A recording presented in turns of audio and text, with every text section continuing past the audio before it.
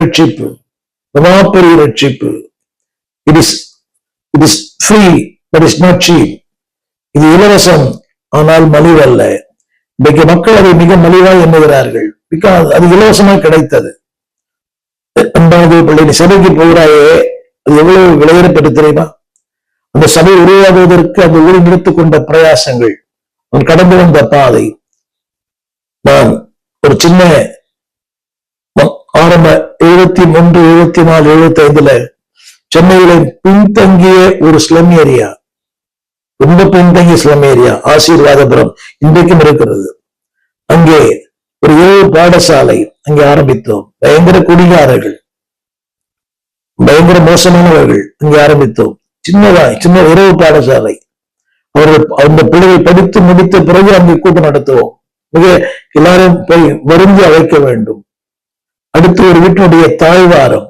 இந்த தாய்வாரத்துல அந்த பாத்ரூம் விட்டு இருக்கும். ஒரு 4 பேர் உட்கார முடியும், 5 பேர் தான் உட்கார முடியும்.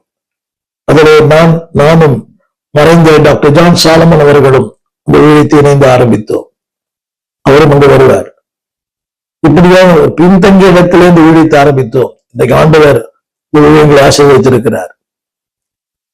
பிள்ளைகளே, நேற்று தினத்திலும் கூட ஒரு மிகப்பெரிய பிரம்மாண்டமான கூடுகையிலே பேசும்படியாய் போர்ச்சுகல் என்ற தேசத்துல பல மொழி பேசுகிற, பல ஜாதிகள் பேசுகிற ஒரு மிகப்பெரிய சபையிலே கர்த்தருடைய வார்த்தையை பேசுவது நடக்கிறங்க பண்ணினார். என்னுடைய ஒரு கருத்து என்னவென்றால், இயேசு கிறிஸ்து மூலமாய் ரட்சிப்படைவதற்கென்றே, ரட்சிப்பு என்ற வார்த்தைக்கு விடுதலை, மீட்பு, சுகம், வாழ்வு, ஆசீர்வாதம், உயர்வு, எல்லாமே வாழ்வடைய, மீட்படைய, சுகமடைய, மேன்மையடைய, உன்னத நிலை அடைய கர்த்தர் நியமித்திருக்கிறார். It's a God's divine appointment to be saved. இன்னும் காலம் தள்ளாதே, நாட்களை வீணாக்காதே. அடுத்த ஒரு குறிப்பை சொல்ல விரும்புகிறேன்.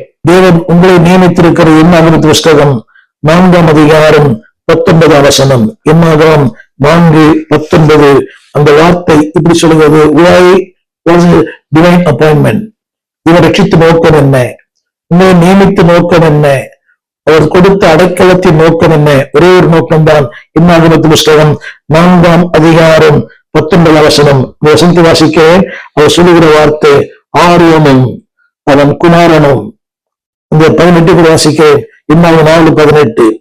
அவர்கள் மகா பசுத்தமானவர்களை கிட்டுகையில் சாகாமல் உயிரோடு இருக்கும்படிக்கு நீங்கள் அவளுக்கு செய்ய வேண்டியதாவது. இது ஆண்டவருடைய வார்த்தை. கர்த்தர் மோசேயை பார்த்து சொல்லுகிறார்.